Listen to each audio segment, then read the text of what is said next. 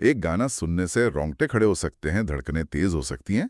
ये तो मतलब हम सब ने कभी न कभी महसूस किया ही है। बिल्कुल। संगीत का असर होता ही ऐसा है। हाँ, लेकिन क्या महज 3 मिनट का एक ऑडियो ट्रैक सदियों पुराने सामाजिक डर को उखाड़ फेंकने का काम कर सकता है?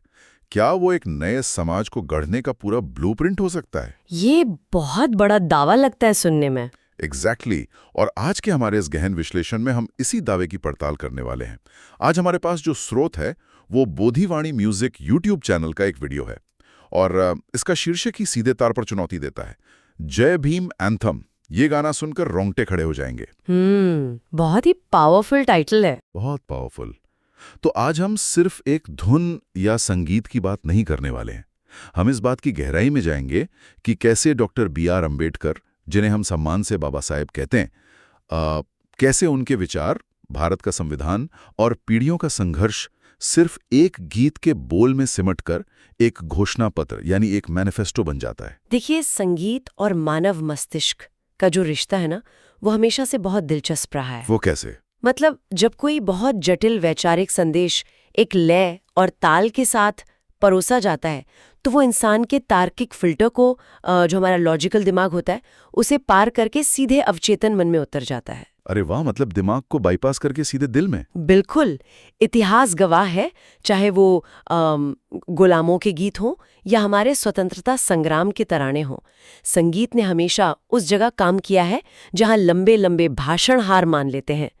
तो स्रोत में मौजूद ये जो एंथम है, ये सिर्फ भावनाएं नहीं जगाता। यहाँ जो सबसे दिलचस्प बात है वो ये है कि ये श्रोता को एक स्पष्ट दिशा देता है।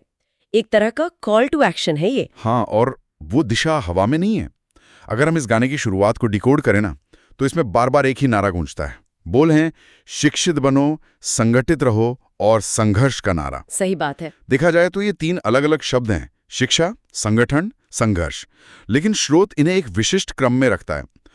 ऐसा लगता है जैसे कोई वैज्ञानिक फॉर्मूला बताया जा रहा हो। दरअसल ये क्रम ही इस पूरे वैचारिक आंदोलन की असली चाबी है।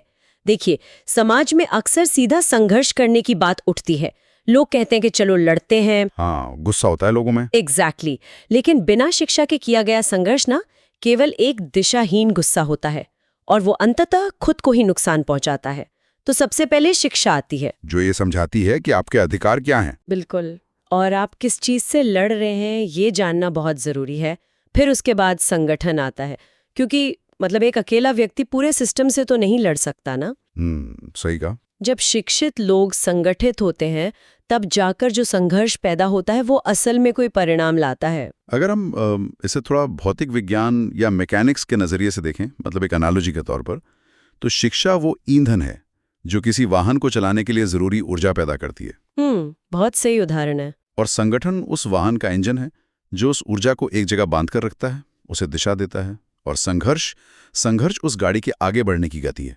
क्या बात है। मतलब अगर इंजन ना हो तो ईंधन बस इधर उधर जलकर खत्म हो जाएगा, और अगर ईंधन ही ना हो तो इंजन कितना भी मजबूत हो, गाड़ी 1 इंच नहीं खिसकने वाली। बिल्कुल सटीक एनालॉजी है ये। और इस पूरी प्रक्रिया को ना स्रोत की अगली लाइनें और भी स्पष्ट कर देती हैं। गाने की बोल कहते हैं, डरो नहीं अब दुनिया से, वो ज्ञान के राजा हैं, खुले सबके लिए द्वार, ये तरक्की का दरवाजा है। अब इन पंक्तियों में ज्ञान को तरक्की का दरवाजा तो कहा गया है, लेकिन उससे ठीक पहले एक बहुत गहरा मनोवैज्ञानिक निर्देश है, डरो नहीं। हाँ, डरो नहीं। ऐतिहासिक रूप से अगर हम देखें तो हाशिए पर रखे गए समुदायों को शिक्षा से दूर क्यों रखा गया? सत्ता बनाए रखने के लिए। एग्जैक्टली।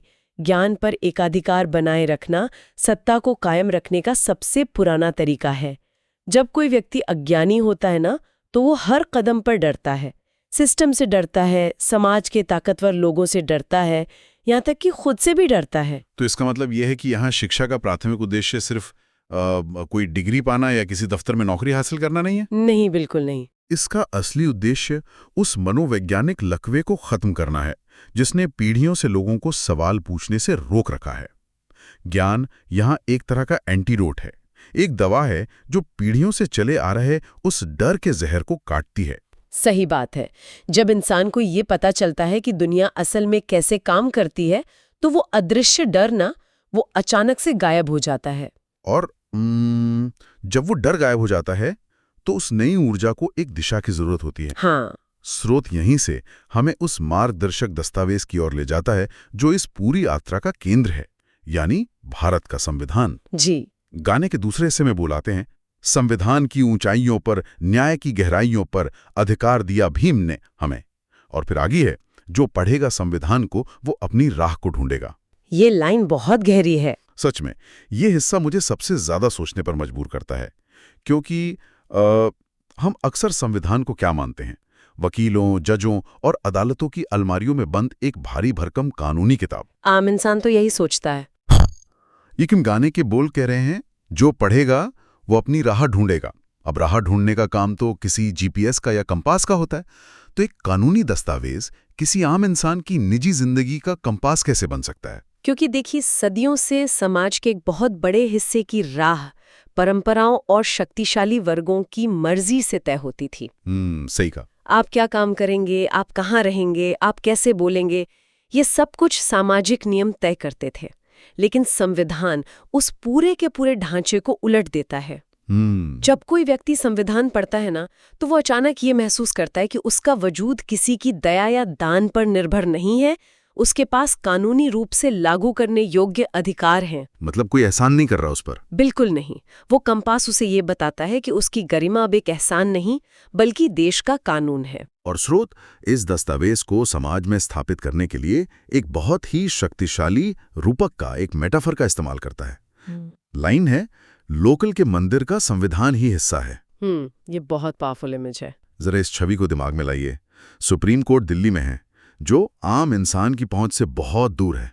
लेकिन लोकल मंदिर, वो तो हर गली, हर मोहल्ले का केंद्र होता है। वो लोगों के रोजमर्रा के जीवन का, उनकी आस्था का हिस्सा होता है। जी। संविधान को लोकल मंदिर का हिस्सा बताकर स्रोत वास्तव में ये कह रहा है कि संविधान की साक्षरता और उसके प्रति सम्मान को हमारे रोजमर्रा के जीवन में उसी तरह शामिल होना चाहिए जैसे हम सुबह उठकर प्रार्थना करते हैं। एग्जैक्टली। संविधान को जमीनी स्तर पर उतारने का ये एक बेहतरीन तरीका है।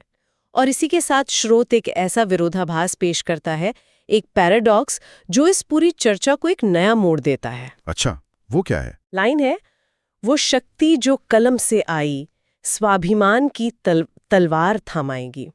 अब देखिए, साहित्य में कलम और तलवार को हमेशा एक दूसरे के विरोधी के रूप में खड़ा किया जाता है। हाँ, कहा जाता है ना कि जहां कलम चलती है वहां तलवार रुक जाती है। बिल्कुल। तो फिर कलम की शक्ति से तलवार कैसे मिल सकती है? मतलब जो चीज अज्ञानता को दूर कर रही है वो अचानक हिंसक कैसे हो सकती है? यहाँ जो तलवार है ना, वो हिंसा या खून खराबे का प्रतीक नहीं है। ये बाउंड्री तय करने का प्रतीक है।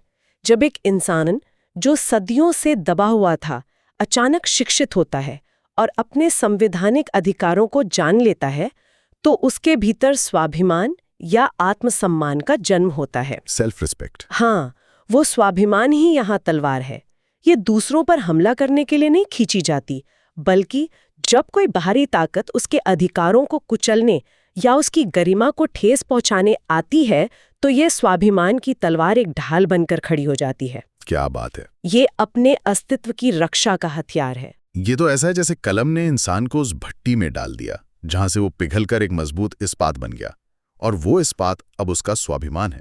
बहुत खूब कहा आपने। लेकिन खैर, चलिए इसे एक कदम और आगे ले जाते हैं। एक व्यक्ति शिक्षित हो गया, उसने अपना डर भी खो दिया, उसके हाथ में स्वाभिमान की तलवार भी आ गई। पर अगर वो व्यक्ति एक ऐसे समाज में खड़ा है जो अंदर से पूरी तरह टूटा हुआ है, तो वो अकेला कब तक टिक पाएगा? ये एक बड़ा सवाल है। स्रोत की समझ ये है कि व्यक्तिगत विकास तब तक अधूरा है जब तक समाज का पुनर्निर्माण ना हो। व्यक्ति से निकलकर अब बात समाज पर आ जाती है। इसीलिए गाने के बोल व्यक्ति से हटकर सीधे समाज पर केंद्रित होने लगते हैं। बोल है, हर जाति और हर मस्ती में चले नए बनाओ तुम, सम्मान दिलाओ सबको अब मानवता के नाम से, और सबसे महत्वपूर्ण, जोड़ दो हर एक टूटे दिल को समाज के पावन काम से। समाज को ना जातियों की दीवारों ने छोटे छोटे द्वीपों में बांट दिया है। स्रोत इन्हीं दीवारों को गिराने की वकालत कर रहा है। इस स्थिति को हम एक बगीचे या एक इकोसिस्टम की तरह समझ सकते हैं। वो कैसे? मतलब अगर किसी जंगल की मिट्टी ही जहरीली हो चुकी है, तो वहां अगर एक बीज किसी तरह संघर्ष करके एक मजबूत पेड़ बन भी जाए, तो वो उस जहरीले माहौल में लंबे समय तक हरा भरा नहीं रह सकता ना? बिल्कुल नहीं रह सकता। समाज की वो जहरीली मिट्टी भेदभाव और असमानता है। जब स्रोत हर एक टूटे दिल को जोड़ने की बात करता है तो ये उस ऐतिहासिक ट्रॉमा, उस सदियों पुरानी मनोवैज्ञानिक चोट को ठीक करने की बात कर रहा है। सही बात है। मानवता के नाम पर सबको सम्मान दिलाना, ये उस जहरीली मिट्टी को फिर से उपजाऊ बनाने की प्रक्रिया है। एक तरह से टूटी हुई हड्डी पर प्लास्टर लगाने जैसा है ये पावन काम। और वो प्रक्रिया बिल्कुल भी आसान नहीं होती है। देखिए, जब भी कोई व्यक्ति समाज की पुरानी और सड़ी गली व्यवस्था को चुनौती देता है ना, तो उसे एक भयानक विरोध का सामना करना पड़ता है। पूरा सिस्टम उसके खिलाफ हो जाता है। एग्जैक्टली, पूरा सिस्टम उसे अलग थलग करने की कोशिश करता है। ऐसे समय में इंसान बहुत गहरे अकेलेपन का शिकार हो सकता है। और यहीं पर एंथम की एक बहुत ही मार्मिक पंक्ति आती है। कौन सी? अकेले नहीं हो तुम इस पथ पर, साथ उनका साया है। अरे वाह, ये पंक्ति तो एक अदृश्य साइकोलॉजिकल शील्ड की तरह काम करती है। बिल्कुल। जब वो हाशिए पर खड़ा इंसान सिस्टम से लड़ते हुए खुद को टूटता हुआ महसूस करता है तो ये पंक्ति उसे याद दिलाती है कि वो शून्य में खड़ा होकर नहीं लड़ रहा है। बाबा साहेब का पूरा इतिहास, उनका संघर्ष और उनके विचार एक ढाल की तरह, एक साए की तरह हमेशा उसके साथ हैं। ये एहसास कि एक महान विरासत उसकी पीठ पीछे खड़ी है, उस भारी अकेलेपन को सोख लेता है। अतीत की उस विरासत को वर्तमान की जिम्मेदारी से जोड़ने का जो काम इस स्रोत में किया गया है ना, वो इससे सिर्फ एक गीत से कहीं ऊपर उठा देता है। गाने के अंतिम हिस्से में बोल गूंजते हैं, जब तक सूरज चांद रहेगा नाम भीम का गूंजेगा। और इतिहास गवाह है, दुनिया में वो मसीहा बनकर आया है। यहाँ बाबा साहेब को एक मसीहा के रूप में याद किया गया है। लेकिन आमतौर पर दुनिया में मसीहा का जो कॉन्सेप्ट है ना, वो इंसान को बहुत आलसी बना देता है। आलसी कैसे? मतलब लोग सोचते हैं कि दुनिया में अन्याय बढ़ गया है तो कोई मसीहा आएगा और सब कुछ जादुई तरीके से ठीक कर देगा, और लोग बस हाथ पर हाथ धरे बैठे रहते हैं। हाँ, ये तो है। लेकिन ये एंथम उस धारणा को पूरी तरह से पलट देता है। वो कैसे? ये अतीत के महान त्याग की बात करता है। ये कहता है कि बाबा के उस महान त्याग पर पूरा भरोसा करना तुम। लेकिन ये श्रोता को सिर्फ गुणगान करने या पूजा करने के लिए नहीं छोड़ देता।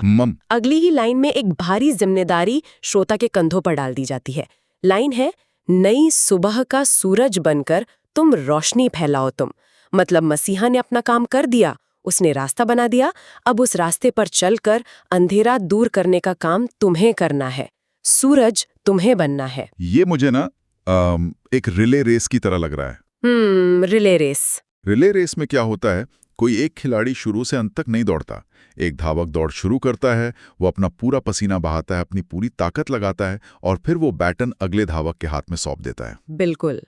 बाबा साहेब रूपी धावक ने एक बहुत ही कठिन और पथरीले रास्ते पर अपनी दौड़ पूरी की, और शिक्षा, संगठन और संविधान का वो बैटन अब नई पीढ़ी के हाथ में दे दिया है। और स्रोत ये बार बार याद दिलाता है कि रेस अभी खत्म नहीं हुई है।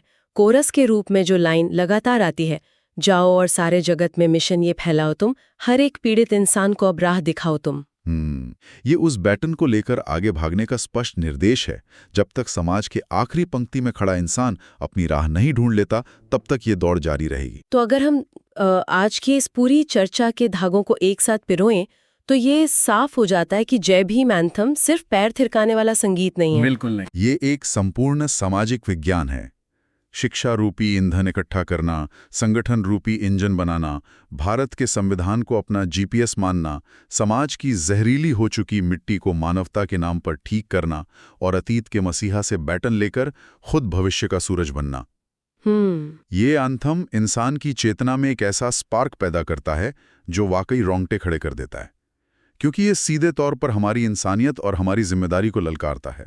और देखिए, हम अक्सर इस बात से परेशान रहते हैं ना कि आज के दौर में इंटरनेट और सोशल मीडिया पर सूचनाओं का एक भारी ओवरलोड है। हाँ, हर तरफ बस जानकारी ही जानकारी है। हर जगह जानकारी है, लेकिन सही राह दिखाने वाले विचार बहुत कम है।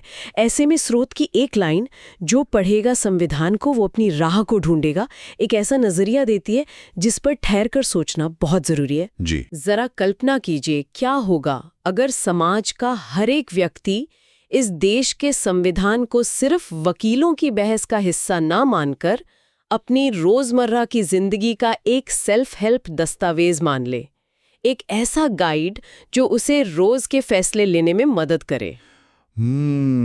ये तो बहुत ही गहरा विचार है।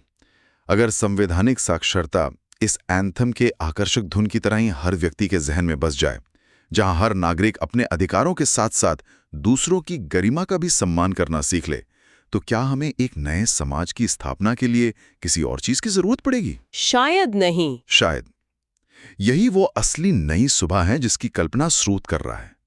एक ऐसी सुबह जहां संविधान सिर्फ किताबों में बंद ना हो, बल्कि लोगों के रोजमर्रा के आचरण में धड़कता हो। तो आज की इस चर्चा में इतना है, सोचने के लिए काफी कुछ है।